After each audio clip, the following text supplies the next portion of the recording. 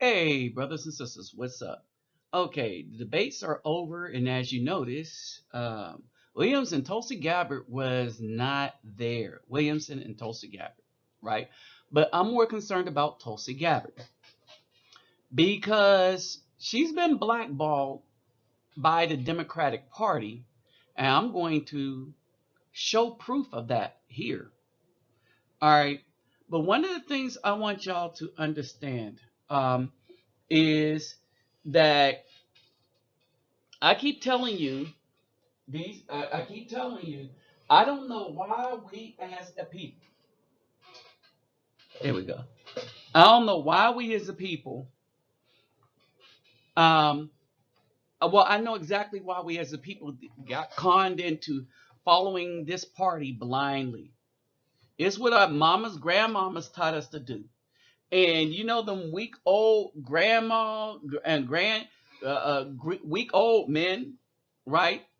I was at the gym and I get into these discussions with these older men that tell me that you should vote, you should vote. But then if I tell them I like Trump, now they're getting upset. All right. And now I tell them I don't vote because of my spiritual belief, but I like Trump, but I don't like Trump because, well, I'm a Republican because I'm not. I like Trump because I know the Democrats don't like him. Understand this, because that's who we really tired of. And anybody that fights them, the people who've been destroying Afro people for as long as we record, and we're now learning as to how they've been doing it. Okay, yeah, then he's really going after the adversary of the Afro people, while at the same time they got their triple S crew members up there trying to coddle us into sticking with people that's been so bad to us in our face, while telling us, while smacking us that, oh yeah, we like you, that's why we're punching your teeth out. I mean, that's kind of how it feels. They just smacking us all up out the face. All right, because they know that we're brainwashed to not think critically when it comes to these politics. You really don't have to vote for anybody, really. Not the first time. You wait to see what they do to you. You wait to see if they respond to your letters. If you write something because of an issue and stuff like that, and they respond and try to fix it, then you vote for them the next time. All right, understand this. Nobody should be a part of any party. And that's why the parties have a stranglehold on people. They con people into following the party instead of following the people that's going to do what's best for them and the country. I mean, you look after yourself, your family, whatever your family values are, right? But no, they're stuck on this party thing, right?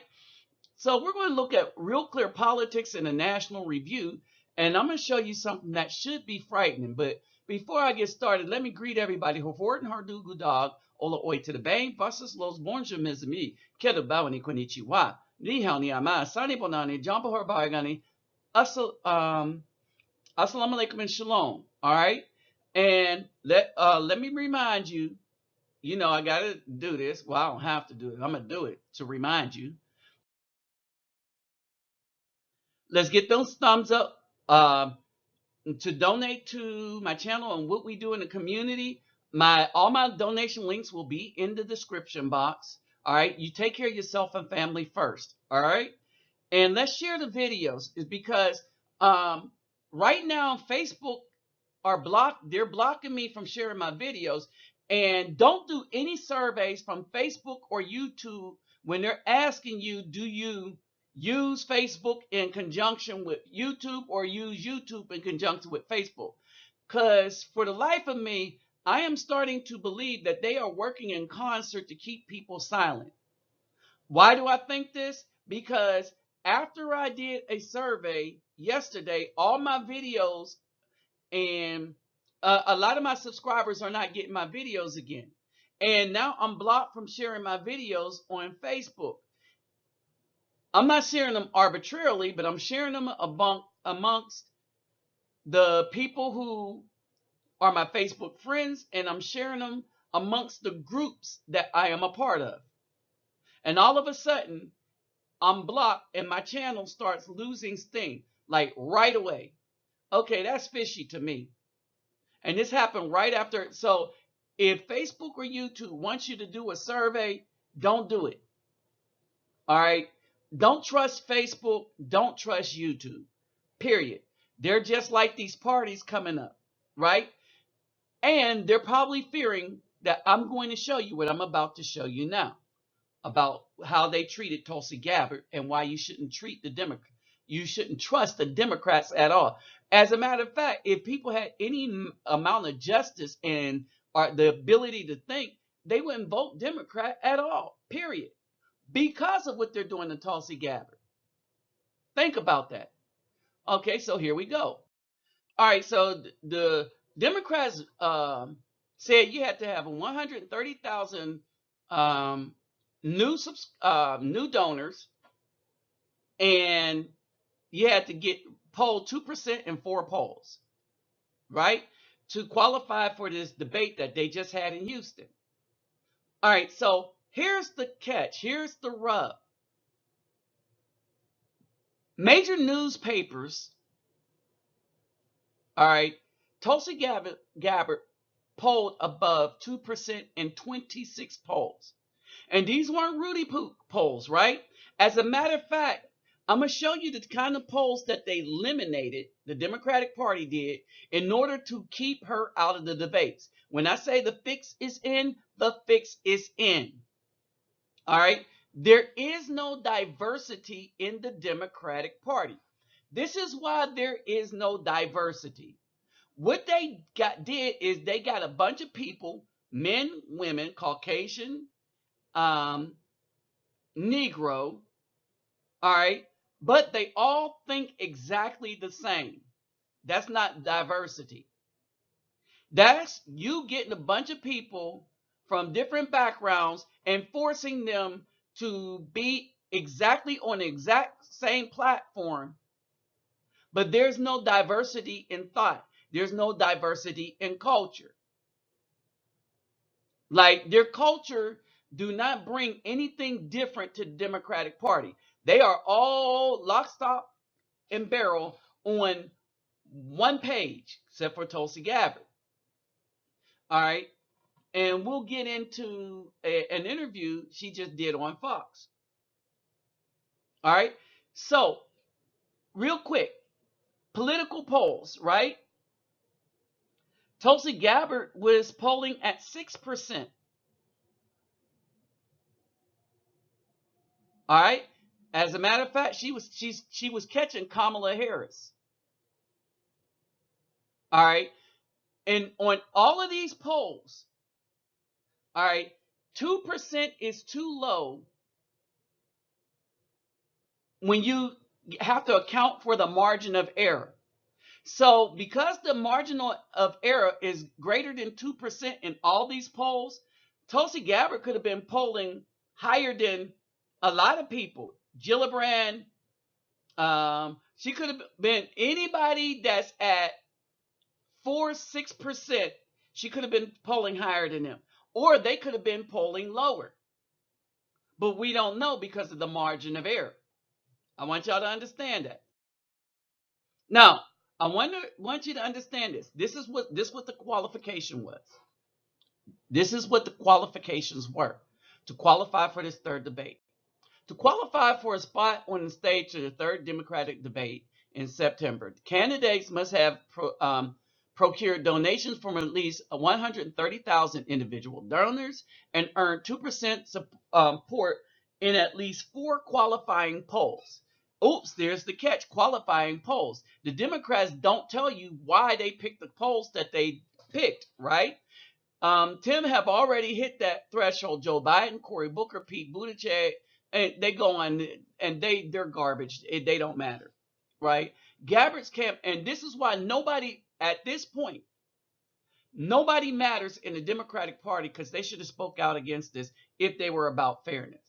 Gabbard's campaign is complaining that the DNC has a limited list of certified polls, and she seemed to have a point. Her campaign counted 26 polls that had her at or above 2%, and some surveys, like ones commissioned by the Boston Globe, a major newspaper, the Charleston Post, a major newspaper. All right, what's significant about them?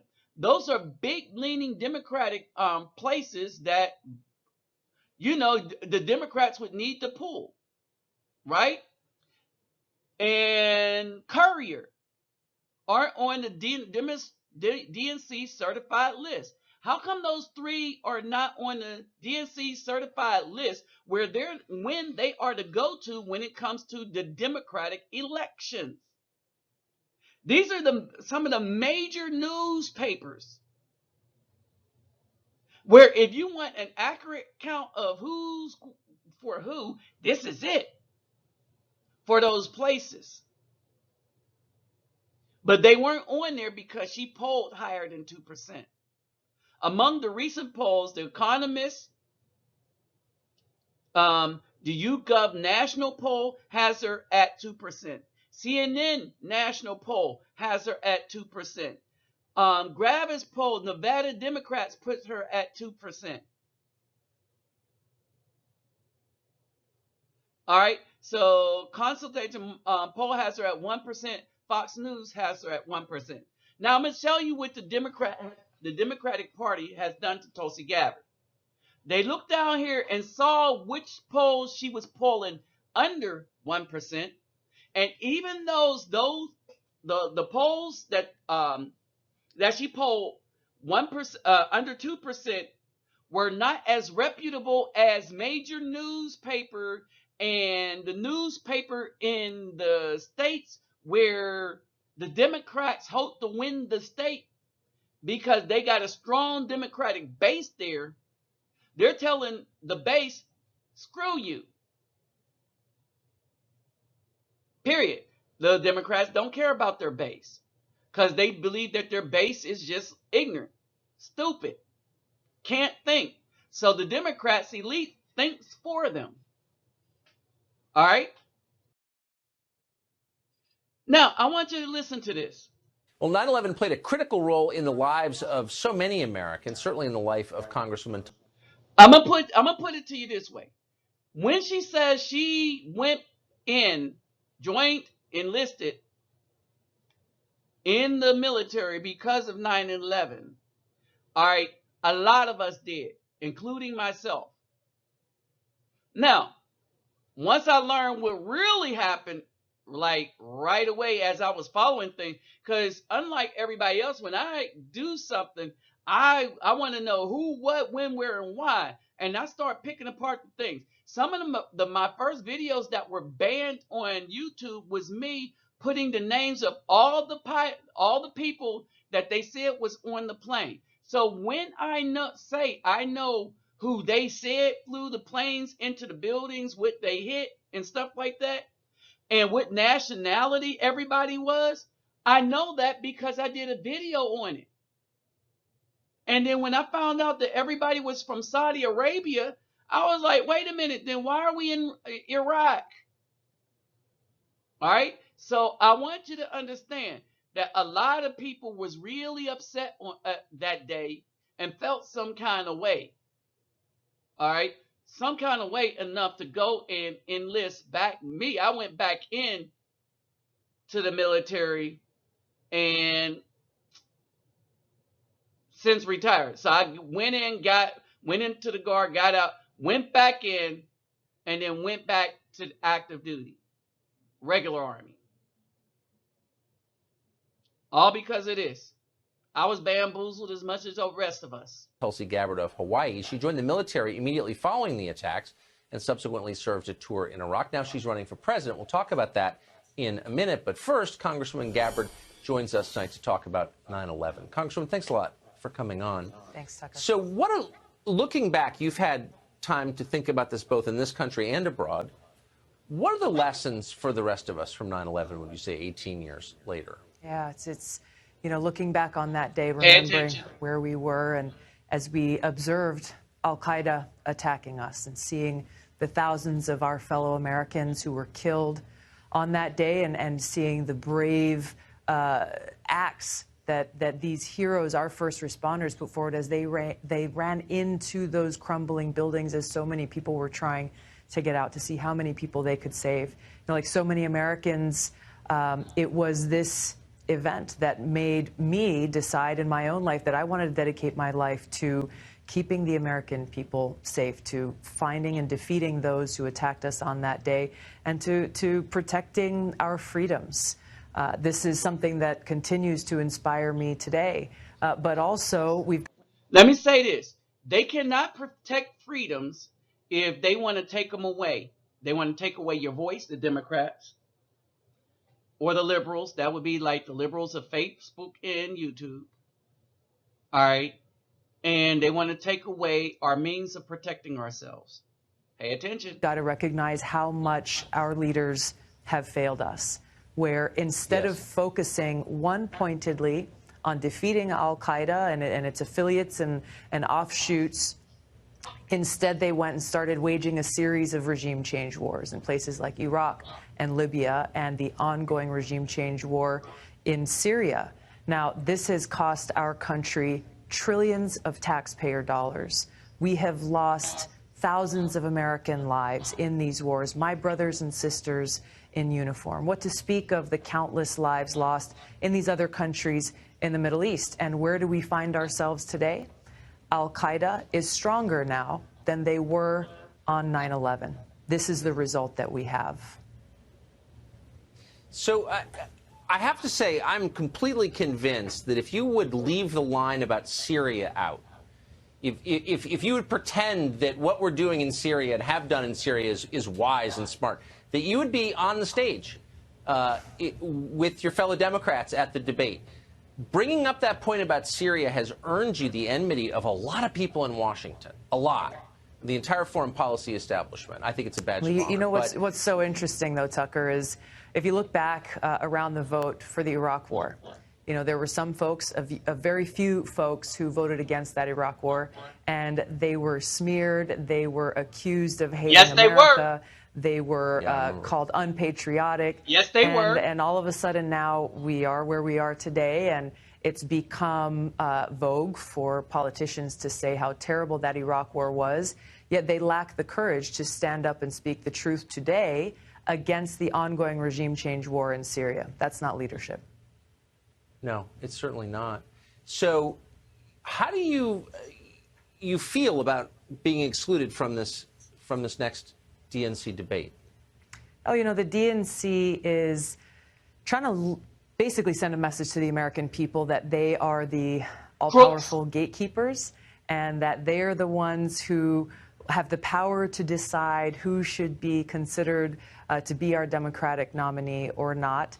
But the reality is that voters in this country have that power. So that's where I'm focused. I'm focused on reaching out to and connecting with voters. They're the ones I'm committed to serving.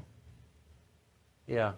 You'd think that a party that says it believes in diversity would like to have someone with maybe a different point of view on the issue, and you have a different point of view on some of those issues. And so I think that's part of the problem with these debates is, you know, with these 30-second answers, 60-second answers, you're not really giving voters the chance to hear, where do we stand on these issues? What motivates us? Why are we doing what we're doing? What experience and credibility do we bring to this job of president and this huge responsibility of serving as commander-in-chief?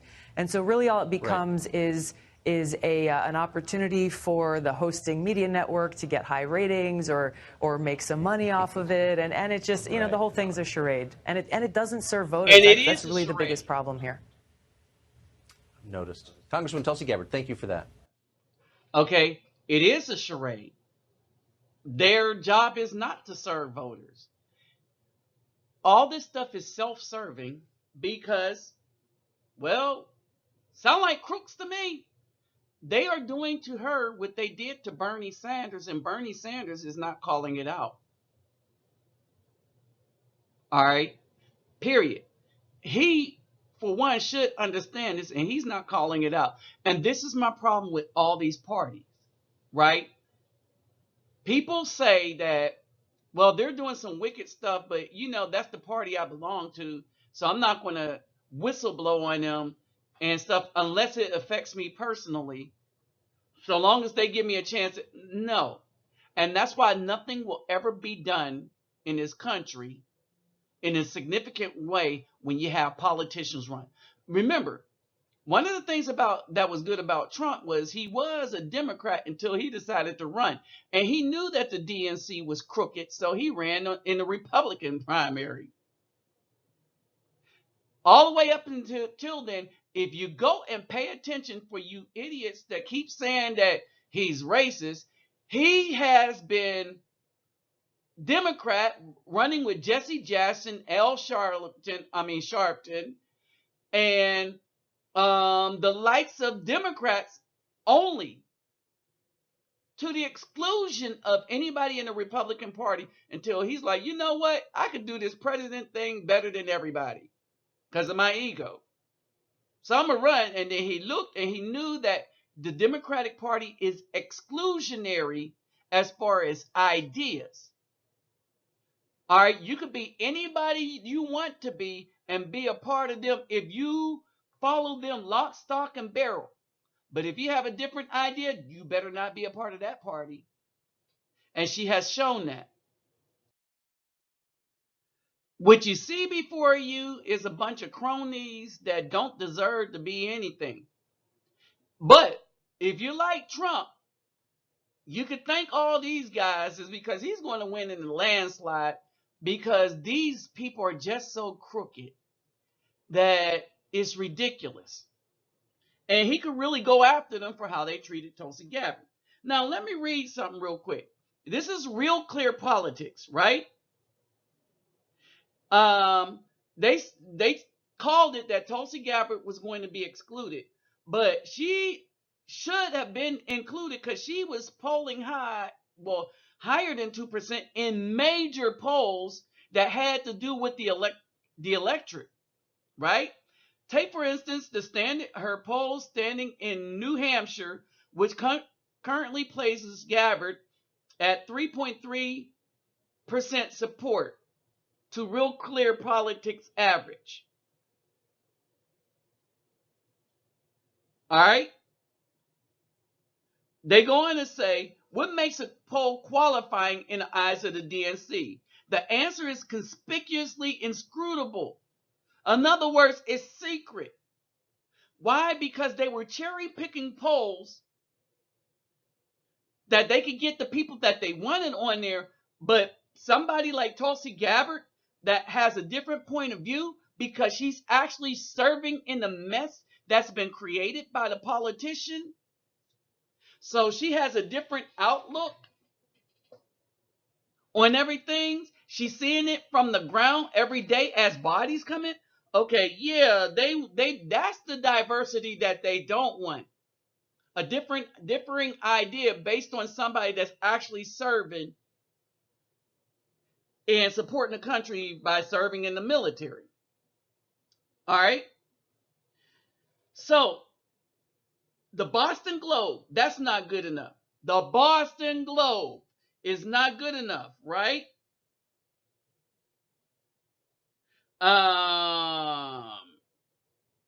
Let's see. She sponsored New Hampshire.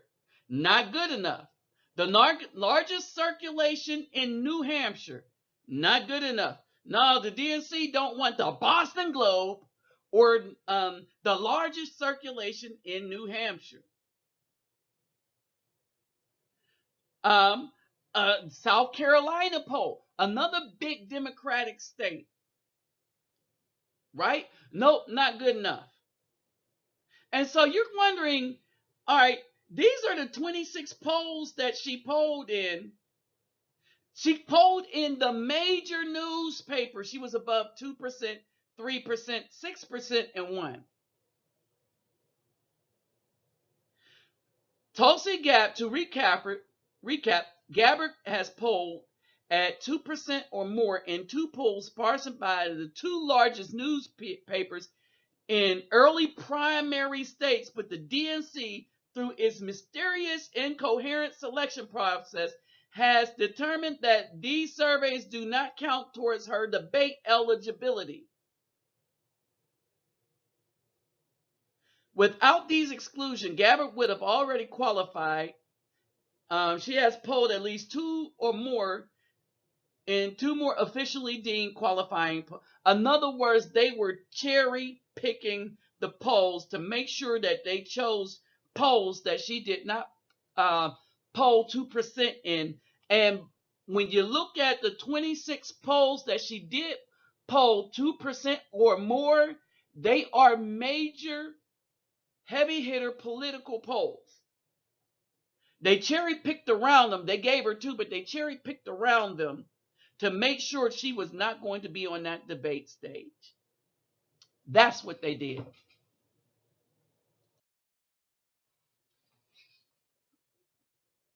All right. And this is kind of how they did it. In the ABC News poll, Washington poll, she has 1% support among adult respondents and 2% among registered voters. Understand this. Now, understand how they cherry picked this one. All right. They put respondents and then they put registered voters, right? Now, do you know that in many primaries, only registered voters can vote in a primary, right? So you would think they would pick the 2%, right? No, because they wanted to eliminate her. This is what they did. Unfortunately, the DNC only uses a poll's top line, the number that appeared first in the survey. So Gabbard's 2% didn't count. Although in the other polls, it might have been enough to qualify her. Gabbard also performed at 3% in a recent poll that also didn't count. In other words, they're cherry-picking polls. They cherry-picked the polls to keep her out of the debate. And y'all trust the Democratic Party, the DNC? Okay.